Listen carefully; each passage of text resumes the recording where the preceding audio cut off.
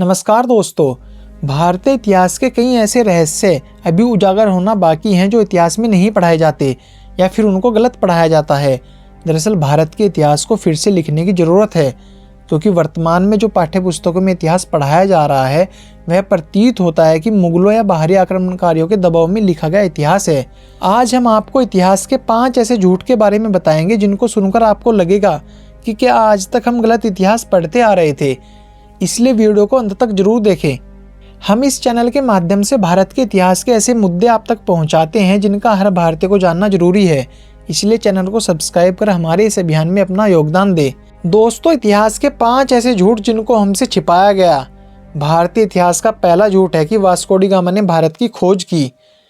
आपको बता दें, गोवा में एक जगह है जिसे वास्को डी गामा के नाम से जाना जाता है। क्या सचमुच भारत खोया हुआ देश था जिसके बारे में दुनिया कुछ नहीं जानती थी? क्या वास्को डी गामा से पहले भारत में कोई विदेशी नहीं आया था? और क्या भारत कोई ऐसी चीज़ है जिसे खोजा जाए? हजारों वर्ग किलोमीटर के भूभाग को वास्को डी गामा ने खोज लिया। क्या आपको यह हास्यास्पद नहीं लगता? आप सोचकर देखिए, भारतीय बच्चों को यह पढ़ाया जा रहा है कि वास्को डी गामा ने भारत की खोज की, जबकि पढ़ाया यह जाना चाहिए कि वास्को डी गामा ने यूरोप को पहली बार भारत तक पहुँचने का समुद्री मार्ग बताया। दरअसल उस समय यूरोप के देशों के लिए भारत एक पहेली जैसा था। यूरोप अरब के देशों से मिर्च मसाले आदि खरीदता था, लेकिन अरब देश के कारोबारी उसे यह नहीं बताते थे कि यह मसाले वह पैदा कहाँ करते हैं। यूरोपीय इस बात को समझ चुके थे कि अरब कारोबारी उनसे कुछ छिपा रहे हैं और कोई तो ऐसा देश है जहाँ ये मसाले पैदा होते हैं। यूरोप कारोबारी भारत से बिल्कुल परिचित नहीं थे, क्योंकि भारत तक आने के 3 रास्ते थे। पहला रास्ता एशिया पार करके चीन होते हुए बर्मा में पहुंचकर भारत आना था, जो कि अनुमान से कहीं ज़्यादा लंबा और जोखिम भरा था। दूसरा रास्ता अरब और ईरान को पार करके भारत पहुंचना था, लेकिन यह रास्ता अरब के लोग इस्तेमाल करते थे और वे किसी अन्य को अंदर घुसने नहीं देते थे। तीसरा रास्ता समुद्र का था, इसमें चुनौती देने वाला सिर्फ समुद्र मार्ग ही था। ऐसे में भारत के समुद्री मार्ग की खोज करने एक यूरोप नाविक निकल पड़ा, जिसका नाम था वास्को डी गामा। 8 जुलाई 1497 को पुर्तगाल का नाविक वास्को डी गामा भारत का समुद्री मार्ग खोजने निकला। वास्को डी गामा ने समुद्र के रास्ते कालीकट पहुंचकर यूरोप वासियों के लिए भारत पहुंचने का एक नया मार्ग खोज लिया था। 20 मई 1498 को वास्को डी गामा कालीकट पहुंचे और वहां के राजा जमोरिन से कारोबार के लिए हामी भरवा ली। उसके 3 महीने बाद वास्को डी गामा वापस लौट गए।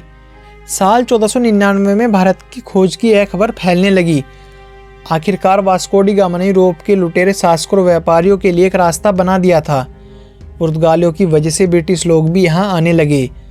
अंततः 1615 ईस्वी में यह क्षेत्र ब्रिटिश अधिकार में आया और धीरे धीरे संपूर्ण भारत पर ब्रिटिश अधिकार हो गया। इतिहास का दूसरा सबसे बड़ा झूठ है कि तुर्क सम्राट जलालुद्दीन अकबर महान था। दोस्तों, हमें इतिहास में पढ़ाया जाता है कि अकबर महान था। इतिहासकार ठाकुर राम सिंह शेखावत के अनुसार देश के पहले शिक्षा मंत्री मौलाना आजाद को भारतीय संस्कृति का ज्ञान नहीं था। उनके और उनके बाद बने शिक्षा मंत्रियों के इशारे पर योजनाबद्ध तरीके से इतिहास में काफ़ी फेरबदल किए गए।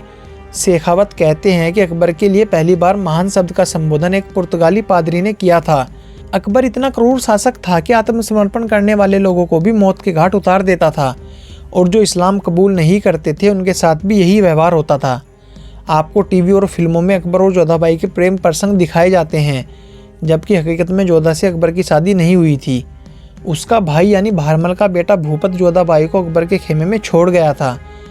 अबुल फजल ने भी एक जगह उल्लेख किया है कि जोधा को सिर्फ एक बार ही आगरा के महल से बाहर निकलने दिया गया, जब उसका भाई भूपत अकबर को बचाते हुए मारा गया था। हिंदुस्तानी परंपरा में गुरु को ईश्वर के समकक्ष माना गया है। बैरम खान ने सिर्फ अकबर का संरक्षक था बल्कि उसका गुरु भी था, और उसने मुगल साम्राज्य को भारत में फैलाने में अहम भूमिका निभाई थी। मगर उसका हश्र क्या हुआ? अकबर ने ही बैरम खान की बुरी तरह हत्या की। बैरम खान ने जीवन भर हुमायूं की और 18 वर्ष तक अकबर की सेवा की थी, पर अकबर ने उसकी सुंदर पत्नी को उससे छीना और उस पर राजद्रोह के झूठे आरोप लगाए। वास्तव में बाबर, हुमायूं, अकबर, शाहजहां और औरंगजेब ने भारत में कत्लेआम कर भारतीय जनता को मुसलमान बनाया और उन्हें अपनों के ही खिलाफ खड़ा किया। इन सब चीज़ों से हमें पता चलता है कि अकबर महान नहीं बल्कि क्रूर शासक था। इतिहास का तीसरा सबसे बड़ा झूठ है कि मनुस्मृति और रामचरितमानस दलित विरोधी हैं। मनुवाद को लेकर एक पंक्ति प्रसिद्ध है, जन्मना जायते शूद्र कर्मणा दिव्य उच्यते। अर्थात जन्म से सभी शूद्र होते हैं और कर्म से ही वे ब्राह्मण, क्षत्रिय, वैश्य और शूद्र बनते हैं। वर्तमान दौर में मनुवाद को नकारात्मक अर्थों में लिया जा रहा है। वास्तव में मनुवाद की रट लगाने वाले लोग मनुस्मृति के बारे में जानते तक नहीं।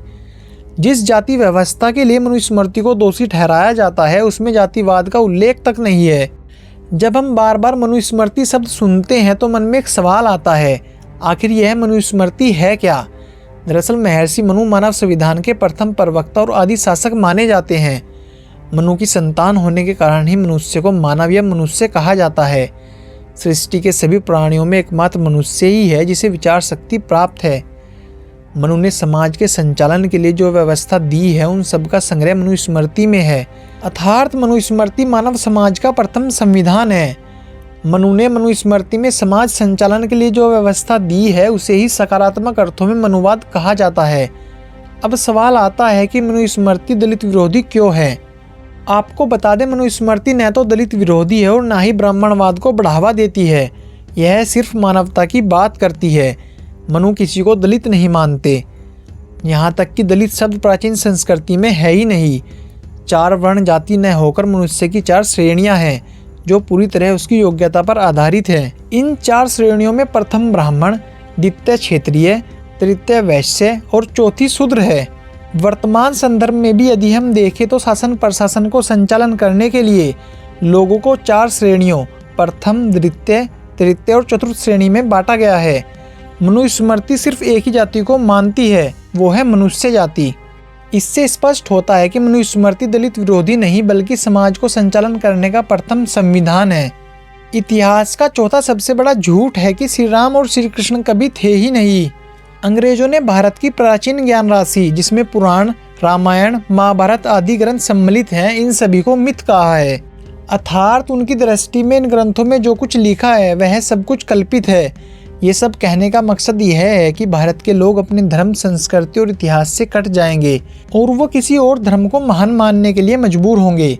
इसलिए भारत के इतिहास में महाभारत काल, रामायण काल आदि को शामिल नहीं किया जाता। जबकि भारत में बिखरे पड़े सबूत चीख चीख कर कहते हैं कि महाभारत हुई थी, श्री राम और श्री कृष्ण हुए थे। रामायण पर आधारित शोधानुसार 5114 ईसा पूर्व भगवान राम का जन्म हुआ था। राम एक ऐतिहासिक महापुरुष थे और इसके पर्याप्त प्रमाण हैं। वाल्मीकि के अनुसार श्री राम का जन्म चैत्र शुक्ल नवमी तिथि और नक्षत्र में जब 5 ग्रह अपने उच्च स्थान में थे तब हुआ था। अर्थात भगवान श्री राम का जन्म 10 जनवरी को 12:25 पर 5114 ईसा पूर्व हुआ था। अब बात करते हैं श्री कृष्ण का जन्म कब हुआ था। जैन धर्म के 22वें तीर्थकर अष्टनेमिनाथ भगवान श्री कृष्ण के चचेरे भाई थे। श्री कृष्ण इनके पास बैठकर इनके प्रवचन सुना करते थे। अब आप श्री कृष्ण को नकार देंगे तो ऐसी बहुत सी बातों को नकारना होगा जो भारत और जैन धर्म के इतिहास से जुड़ी हुई हैं। दरअसल 3112 ईसा पूर्व जन्मे भगवान श्री कृष्ण एक राजनीतिक, आध्यात्मिक और योद्धा ही नहीं थे बल्कि वे हर तरह की विधाओं में पारंगत थे। हिंदू मान्यता के अनुसार विष्णु भगवान ने 28वें द्वापर में 8वें अवतार श्री कृष्ण के रूप में देवकी के गर्भ से मथुरा के कारागार में जन्म लिया। हिंदू काल की गणना के अनुसार आज से लगभग 5129 वर्ष पूर्व श्री कृष्ण का जन्म हुआ था। विश्व इतिहास में महाभारत के युद्ध को धर्म युद्ध के नाम से जाना जाता है। आर्यभट्ट के अनुसार महाभारत का युद्ध 3137 ईसा पूर्व में हुआ था। इस युद्ध के 35 वर्ष पश्चात भगवान श्री कृष्ण ने एक बाण लगने के कारण 119 वर्ष की उम्र में शरीर का त्याग किया। इतिहास का 5वां और सबसे बड़ा झूठ है कि सिकंदर ने पोरस को हरा दिया था। हमें इतिहास में पढ़ाया जाता है कि सिकंदर ने पोरस को हरा दिया था। आपको बता दें 326 ईसा पूर्व में सिकंदर और पोरस के बीच झेलम नदी के किनारे युद्ध लड़ा गया जिसे झेलम का युद्ध कहा जाता है। इस युद्ध को लेकर इतिहासकारों ने सिकंदर को महान बताया है। कहते हैं महान सम्राट पोरस को हराकर बंधक बनाकर जब सिकंदर के सामने पेश किया गया तो सिकंदर ने पोरस से पूछा, तुम्हारे साथ क्या किया जाए। इस पर पोरस ने कहा, मेरे साथ वो व्यवहार करो जो एक राजा दूसरे राजा के साथ करता है। इस एक वाक्य ने पूरा इतिहास बदल दिया। क्या यह सब यूनानी इतिहासकारों ने सिकंदर को महान बनाने के लिए नहीं लिखा?